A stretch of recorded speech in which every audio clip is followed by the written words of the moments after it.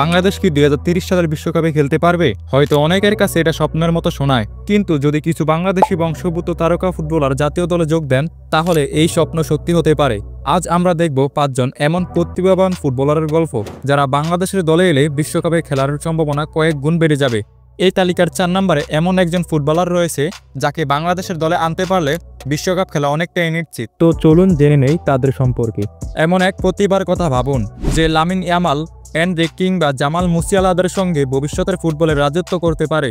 আর সেই ফুটবলার যদি বাংলাদেশের হয়ে মাঠ মাতায়, তাহলে কেমন হয়? তার নাম কাবান সুলিভান। যুক্তরাষ্ট্রে জন্ম নেওয়া এই বিস্ময় বালক ইতিমধ্যেই ফুটবল দুনিয়ায় সবচেয়ে আলোচিত ইয়াং ট্যালেন্টেড একজন। মাত্র 14 বছর বয়সেই ফিলাডেলফিয়া ইউনিয়নের হয়ে পেশাদার ফুটবলে অভিষেক করেন, যা আমেরিকার সকার ইতিহাসের এক বিরল কীর্তি। খেলার স্টাইল, বল কন্ট্রোল ও অন্যান্য কৌশল আর আত্মবিশ্বাস সবকিছুতেই সে যেন পরিণত এক মিডফিল্ড জেনারেল। ম্যানচেস্টার সিটির মতো ক্লাব তার দিকে হাত বাড়িয়ে রেখেছে, আর ইউএসএ তাকে আগামী মেসি ভাবছেন। এবার ভাবুন তো, যদি এই বাংলাদেশি বংশোদ্ভূত বিস্ময় বালক লাল সবুজের জার্সিতে মাঠে নামেন, বিশ্বকাপ আর স্বপ্ন থাকবে না, হয়ে উঠবে সম্ভাবনা। একজন তারকা ফুটবলারের জন্ম হলে সেটি হয় বিস্ফোরক, কিন্তু যখন একই পরিবারের 2 ভাই মাঠ কাঁপায়, তখন সেটা হয় ইতিহাস। তার নাম কুইন সুলিভান। 18 বছর বয়সেই ফিলাডেলফিয়া ইউনিয়নের মূল দলে নিজের জায়গা পাকা করে নিয়েছেন।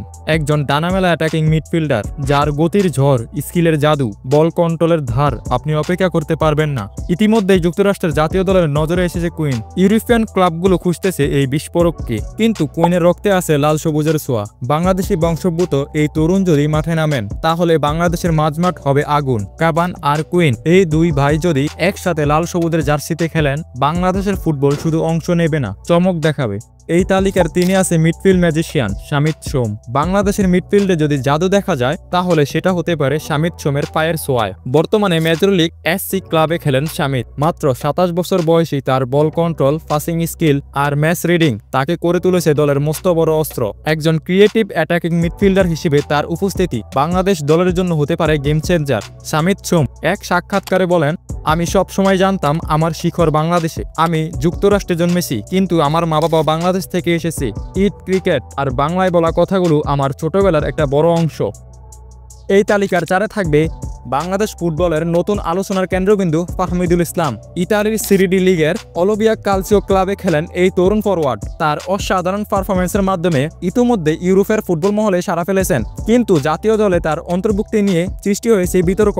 উঠে এসেছে সিন্ডিকেটের অভিযোগ। বাংলাদেশে যদি 2030 বিশ্বকাপ খেলার স্বপ্ন সত্যি করতে হয়, তাহলে বাংলাদেশের দলে চাই একজন বিশ্বমানের ফরওয়ার্ড, আর সেই জায়গায় সেরা হবে ফাহমিদুল ইসলাম। তাই বাংলাদেশ ফুটবলের সমস্ত সিন্ডিকেট ভেঙে আমাদের তাকে দলে আনতে হবে।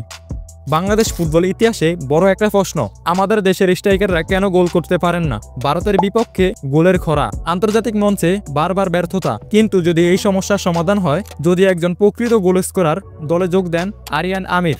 ইংল্যান্ডে খেলা এই তরুণ স্ট্রাইকার এরই মধ্যে প্রমাণ করেছে তিনি বড় মঞ্চের জন্য তৈরি। তার গতি, তার আক্রমণাত্মক খেলার ধরন আর নিখুঁত ফিনিশিং, যা এই মুহূর্তে বাংলাদেশ ফুটবল দলের জন্য সবচেয়ে বেশি প্রয়োজন। ইংল্যান্ড অনূর্ধ্ব-21 দলের হয়ে তিনি এখন পর্যন্ত করেছেন 17 গোল।